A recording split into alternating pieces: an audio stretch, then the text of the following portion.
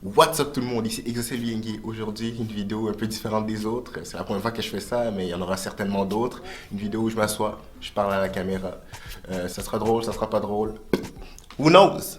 Donc aujourd'hui, comme vous l'avez vu dans le titre, je vais faire une rétrospective de mon année 2019 parce que ça a été une belle année pour moi, je trouve. Je trouve que ça a vraiment été une très belle année. J'ai fait beaucoup de trucs artistiques et des affaires que je m'attendais pas à ce que j'allais faire. Je les ai faites. Il y a eu des trucs vraiment de malade cette année. Donc je vous parle de ça. Tout a commencé le 1er janvier. J'avais publié une photo sur Instagram et j'avais changé ma photo de profil Facebook. Et comme caption, j'avais écrit « Ceux qui m'ont négligé ont eu tort, c'est mon année ». Cette phrase, dans le fond, je la sors de la chanson « C'est mon année » de VG Dream. Et moi, j'ai juste écrit ça. Je savais pas que ça allait vraiment être mon année.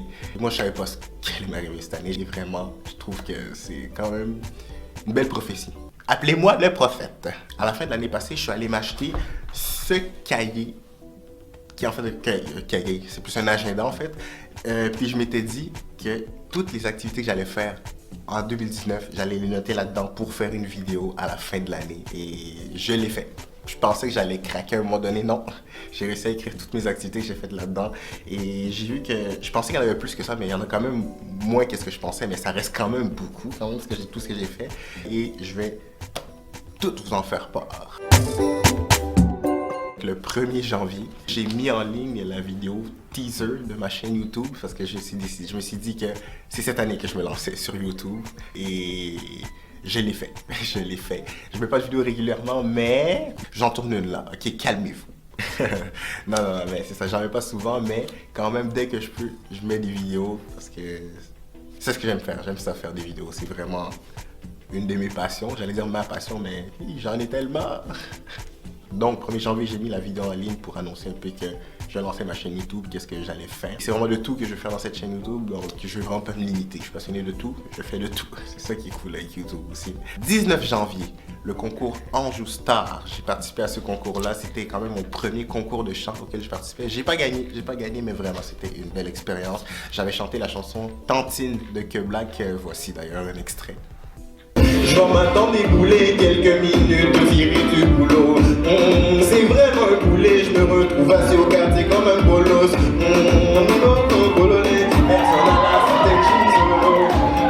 Maman qui me solo là, il y a quelques filles sur Insta qui me sollicitent. Mon numéro avait quand même été apprécié généralement. Il y a plein de personnes qui sont venues me voir après qui me disaient hey, c'était vraiment bon ton numéro. Et ça, c'était autant le public que les juges. Parmi les juges, il y avait Julie Ringuette, il y avait aussi Gabrielle Fontaine et Joël Lanctot aussi. Les trois ont vraiment beaucoup aimé mon numéro. Ils sont venus me le dire même après. Là. Joël Lanctot, elle avait particulièrement aimé mon numéro. Elle m'a dit « J'étais sur le bord de mon banc. » Genre legit. Et il y a même Julie qui m'a dit que sur sa feuille là où elle notait, où elle me notait, elle a mis un gros cœur dessus. J'ai trouvé ça quand même très drôle. J'ai trouvé ça quand même très flatteur. J'ai rencontré beaucoup de personnes, beaucoup de chanteurs. C'est un concours pour les 17 ans et moi à ce moment-là j'avais 17 ans donc c'était ma dernière année que je pouvais le faire et c'était la première fois que je l'ai fait aussi. J'ai quand même regretté après mais c'est pas grave. C'est quand même très cool comme expérience. 6 février, c'était la générale de notre finale locale de Cégep en spectacle. La finale, en fait, c'était le lendemain. Le 6, c'était la journée où j'ai eu mon coaching pour mon numéro d'humour. C'est tard, vous me direz? Oui, c'était vraiment tard, sérieusement.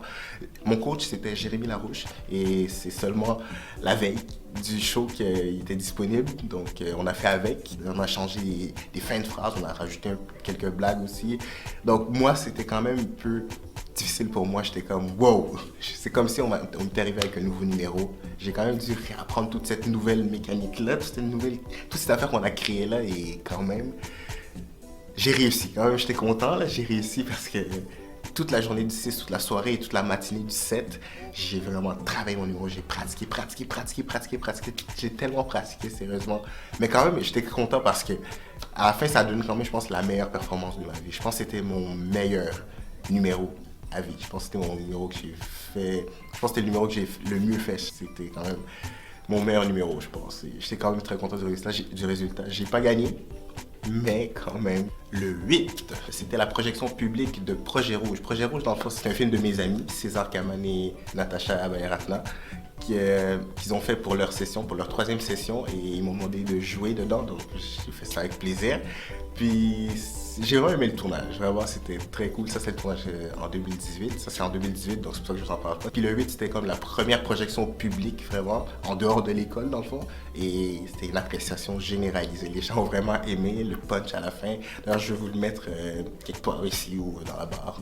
Les gens ont vraiment adoré ça, il y avait de grandes réactions aussi pendant le truc, parce que c'est un film de suspense. Vous pouvez le regarder, vous allez voir, c'est un film de suspense quand même. C'est très beau. Moi j'ai adoré le scénario aussi. J'ai trouvé que c'était quand même un très beau scénario, c'est pour ça que j'ai accepté de le faire aussi. Puis, il y avait la période de questions par la suite, les gens ont pu poser des questions à moi, à César ou à Natacha, et les gens ont vraiment aimé ça. Les gens ont même demandé, il y a une personne qui avait même demandé c'est quand la deuxième partie. Moi j'avais trouvé ça quand même très drôle, parce qu'à ce moment-là il n'était pas question de deuxième partie, mais peut-être qu'il y en aura une. 22 février, en fait, du 22 au 24, c'était le concours intercollégial d'humour que Danick Martineau, l'humoriste Danick Martineau, a organisé au Cégep de Jonquière, et j'ai participé, j'ai été choisi pour participer à ce concours. C'était vraiment le fun. On avait eu droit à des ateliers avec Jessie Shea et Mathieu Dufour, deux humoristes déjà établis. Et aussi, on a eu un atelier de mise en scène pour voir un peu mise en scène avec nos numéros, pour un peu travailler la mise en scène de nos numéros. Donc le 22, on est parti vers 13h du Cégep Édouard Montpetit, puisque j'ai fait le covoiturage avec l'animateur culturel du Cégep Édouard Montpetit, avec les autres humoristes Caleb Amoussou, Lucas Boucher et Édouard Barrette. Les ateliers, c'était le 23. Puis après ça, il y avait le spectacle qui était notre spectacle, enfin le concours. Les gagnants, c'était en troisième place, il y avait Lucas Boucher. En deuxième place, Caleb Amoussou. Et en première place, Simon Duchesne, qui avait fait un numéro vraiment de malade avec un personnage de prêtre ou de curé. J'avais trouvé ça vraiment drôle. Moi, je lui avais dit en plus, bro, c'est toi qui gagne. C'est ça qui t'est arrivé, parce que son niveau était vraiment fort. Vraiment. Puis après ça, le lendemain, le 24, on est retourné à Montréal. Le 14, en fait, du 14 au 17, c'était les festivals Regard et De l'âme à l'écran qui étaient aussi à Jonquière. Donc oui, je suis allé à Jonquière 2 fois en l'espace de 3 semaines. C'était quand même très cool ça. On est parti le 14 de Montréal. On est allé à Jonquière, on a fait un arrêt à Donnacona. Dans le fond, ça c'était plusieurs visionnements de films. Puis on avait comme des groupes en fait, des groupes. Et moi, le groupe dans lequel j'étais, c'est Kino. Dans le fond, Kino, c'est quoi? C'est pendant 2 jours, pendant les deux jours du milieu, le 15 et le 16, on fait un film du mieux qu'on peut. On va dire ça comme ça. On fait le film du mieux qu'on peut. Vraiment, tout du début. On essaie de penser à une idée, on tourne ça, puis on monte ça, puis après ça, on le présente. On l'avait présenté le 17, juste avant de partir. Et ça donne des résultats toujours franchement drôles. Aussi, à chaque soir, il y avait des parties, donc c'était quand même franchement cool. Puis le 15, il y avait aussi des parties qui étaient plus jet set, comme ils appellent, où il y avait les réalisateurs, les comédiens, il y avait des vedettes qui étaient là et tout. Puis on était quand même invités là-dedans. Ça aussi, c'était quand même vraiment cool. Puis le 17, on est parti aux alentours de 11h pour arriver vers 17h à Montréal. Le 24, j'ai participé au tournage du vidéoclip de la chanson Trop c'est trop de la chanteuse Chloé Leclerc. La chanson parle d'intimidation, donc j'ai joué le rôle d'un intimidateur. Mais j'aurais pu aussi jouer le rôle d'un intimidé, mais ça aurait été moins crédible. C'était ma première expérience dans le tournage d'un vidéoclip et j'ai quand même aimé ça. C'est quand même très différent du tournage d'une fiction. Si vous voulez voir le vidéoclip, vous le trouverez juste ici ou ici. Le 12, c'était le spectacle Jadis de l'école artistique Marie-Prose. J'ai fait un numéro de slam avec Janica Aliti-Vierge. On avait fait Comme une évidence de Grand Corps Malade, mélangé avec Loda Odile de Ami Karim et Julie. Le slam, c'est très posé, c'est quand même très calme. Donc tout se joue vraiment dans l'émotion, la façon de porter le texte et dans la mise en scène. On avait quand même une belle mise en scène et tout, ça avait donné quand même un très beau numéro.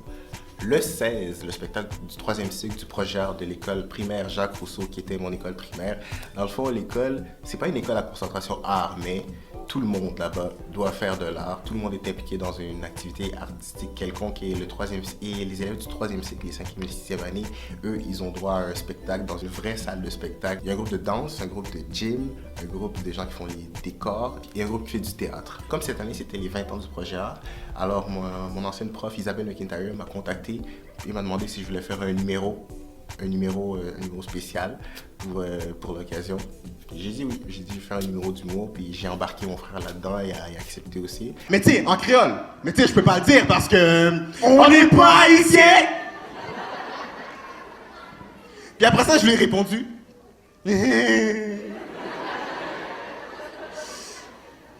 Je parle pas créole. Je suis africain.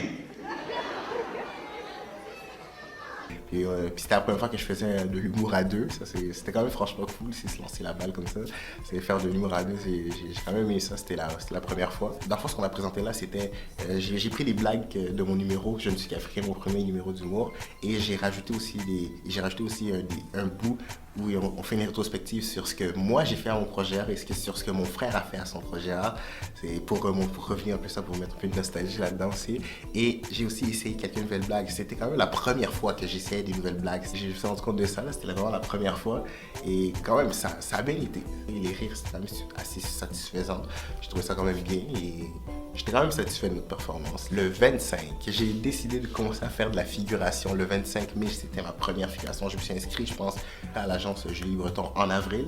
Et ma première figuration, je l'ai eu le 25 mai. Le 25 mai, dans le fond, c'était le film My Salinger Year, qui est dans le fond une adaptation du livre du même nom. Et c'est Philippe Falardeau qui réalise ce film. Dans le fond, le rôle que j'avais là, c'était un étudiant d'une université américaine en 1994. Ça a été tourné au collège John Abbott. Et ce collège-là est loin. Ils nous avaient proposé une navette qui partait de Berry-UQAM jusque là-bas parce que c'était vraiment loin. C'est vraiment au bout de Montréal. La navette, elle partait à 6 h du matin. Ça veut dire que j'ai dû me lever vraiment tôt. Je me suis levé à 4h30 du matin pour arriver là à temps, prendre le premier métro à 5h30 puis arriver à temps pour 6 h à Berry-UQAM. Moi, j'avais vraiment aimé l'expérience. C'était ma première, c'est ça. J'ai vraiment aimé l'expérience. C'est pour ça que jusqu'à aujourd'hui, j'en fais encore la figuration tant que je peux. Je le fais. Et c'est payé. C'est payé pas grand-chose, mais en même temps, tu fais pas grand-chose. Aussi, j'ai rencontré plein de nouvelles personnes. Comme on devait tous jouer des universitaires, des jeunes, alors il y avait que des jeunes, pas mal de mon âge, donc j'ai rencontré plein de personnes, j'ai vraiment adoré. Le 30 mai, en fait du 30 mai au 2 juin, c'était le rendez-vous pan québécois de secondaire en spectacle.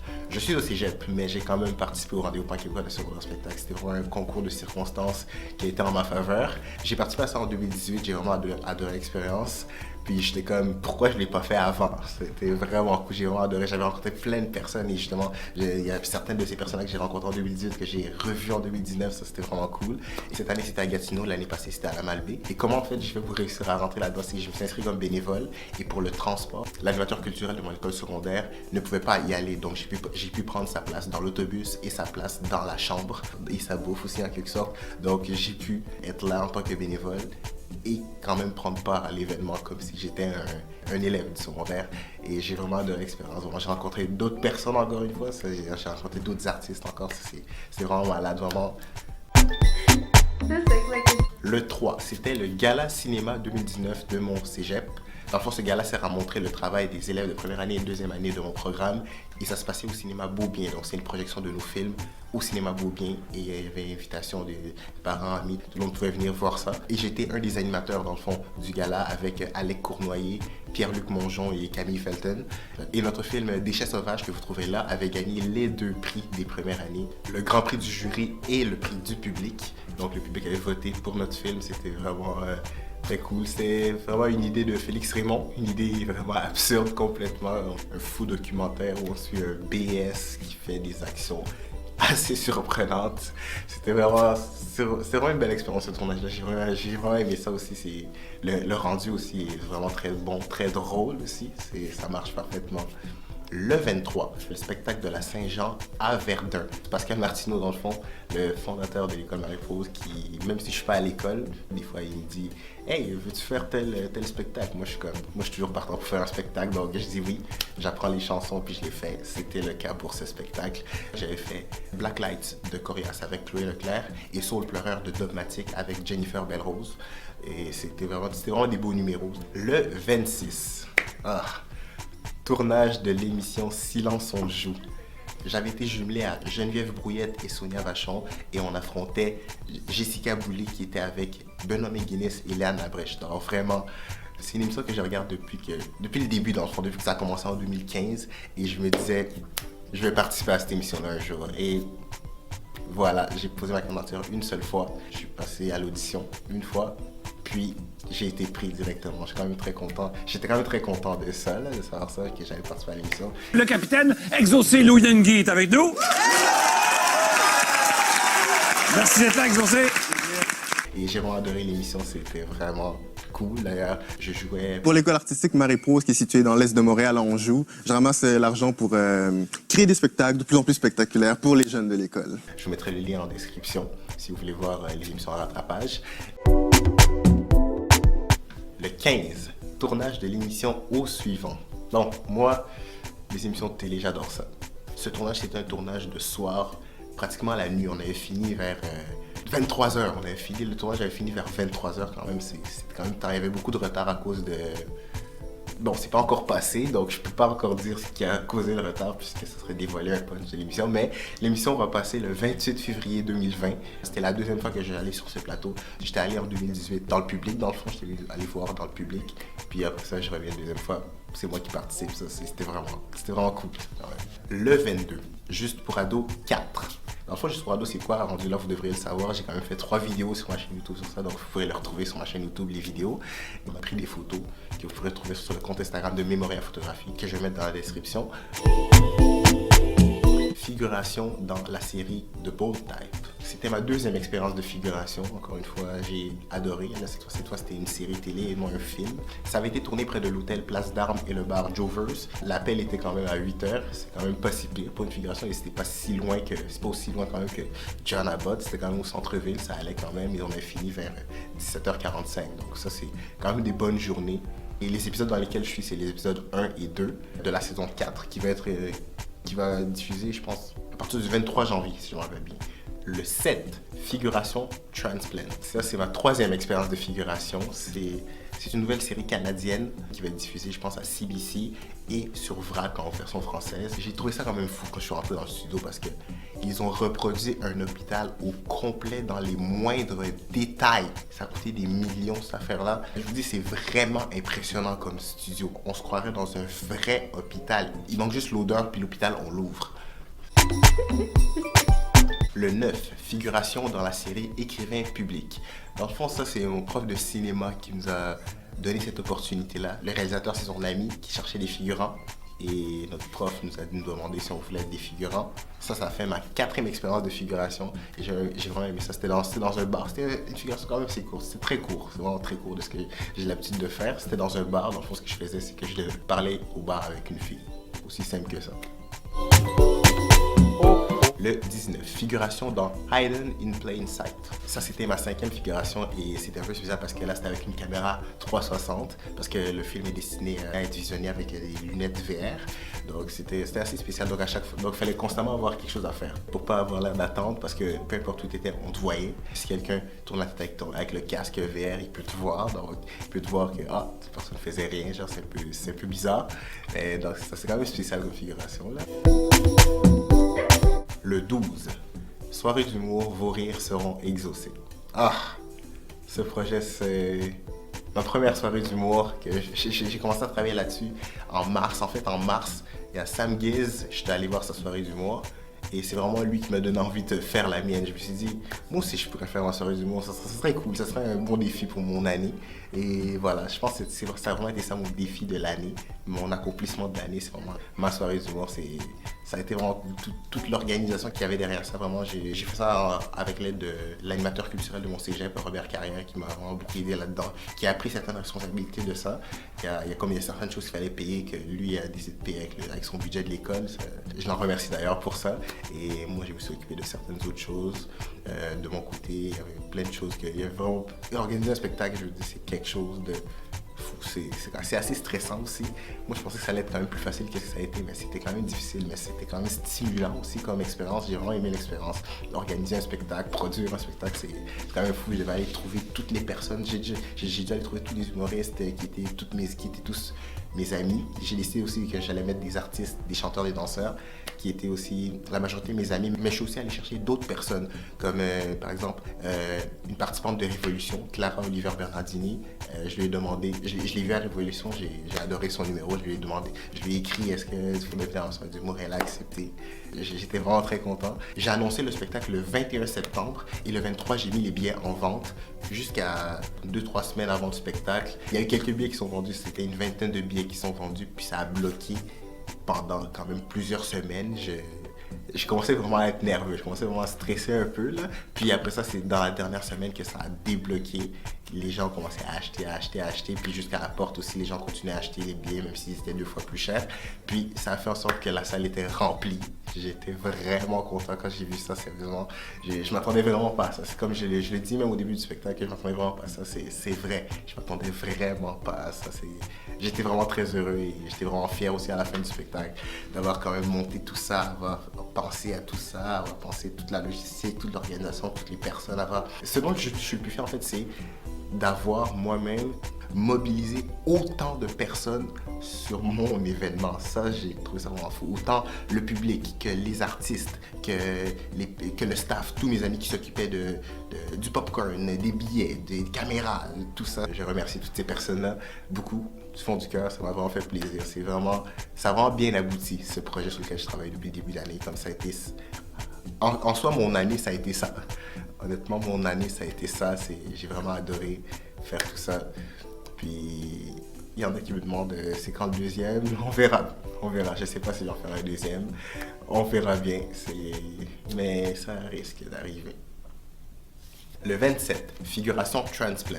Et oui, je suis retourné sur le plateau de Transplant. L'autre fois, j'étais visiteur. Et cette fois, j'étais patient, donc j'étais en jaquette, toute la journée en jaquette. C'est spécial comme costume, j'étais comme ça vraiment toute la journée, du matin jusqu'à ce qu'on a fini. Là, on a fini quand même à 21h. J'étais quand même aussi content de revoir ce fameux plateau, ce fameux hôpital récréé. Même la deuxième fois, on ne s'y habitue pas. La deuxième fois aussi, j'étais comme waouh. Ça, c'était ma 6e figuration. Le 7, spectacle Diva avec Marie-Prose. Avant cette session, Pascal Martineau m'a contacté, il m'a demandé si je voulais faire partie de la toute nouvelle troupe de chant Prospective et j'ai accepté avec plaisir, j'ai accepté vraiment. Ça a été une belle expérience. On a monté des beaux numéros, sérieusement. J'ai aimé aussi rencontrer les 4 filles avec qui j'étais, Marion, Elisabeth, Maud et Amélia. Et au spectacle, on a fait 2 numéros. On a fait Can't Sleep Love de Pentatonix où je faisais la bass. Et on a fait un medley feu de camp avec des chansons, feu de camp avec un guitariste. Ça aussi, ce numéro, c'était vraiment le fun à faire. Puis aussi, j'ai fait un numéro spécial avec Chloé Leclerc et Jennifer Belrose. C'était un mélange entre un supernova de Corias et les étoiles filantes des Communs Fringants. Ça donnait un beau mix quand même aussi. C'était très space, il y avait une thématique avec les planètes, les étoiles et tout. C'était vraiment un beau numéro. Le 17, figuration dans le vidéoclip de Clopelgag. Je sais pas le titre de la chanson, mais dès que ça sort, c'est sûr que je partage ça. On était 8 figurants au total. On était habillés avec un one piece au complet, une combinaison bleu marine, avec des masques en papier mâché et tout. C'était assez spécial comme costume. Clopelgag, elle était déguisée en chat blanc. C'était vraiment drôle comme tournage, mais je pense que c'est vraiment dans l'univers de Clopelgag. Je comprenais pas trop tout ce qui se passait, mais je faisais juste ce qu'on me demandait de faire. Mais j'ai hâte de voir les résultats finaux. Donc voilà, c'était mon année 2019. C'était vraiment une année que je considère comme une de mes belles années, vraiment. Et j'ai hâte de voir ce que 2020 me réserve. Vraiment, je vais revenir avec plein de vidéos, plein d'humour, plein de spectacles, plus de projets, plein de films, de courts-métrages et plus encore. Donc si le cœur vous en dit, n'hésitez pas à liker, à commenter, à partager la vidéo. Et on se retrouve l'année prochaine pour plus. Ciao! Qu'est-ce qui te motive à revenir à chaque année? Ah ben les jeunes qui écoutent ce qu'on fait. Moi je viens pour le chalet, je suis déjà venue pour le chalet et la part du 5e. Les jeunes sont fidèles, fait que ça me donne envie d'être fidèle. L'ambiance, honnêtement, il y a beaucoup de jeunes qui sont prêts à nous voir, ils ont la chance de nous voir gratuitement et les jeunes ils sont remplis de belle énergie, donc on est contents. Ouais.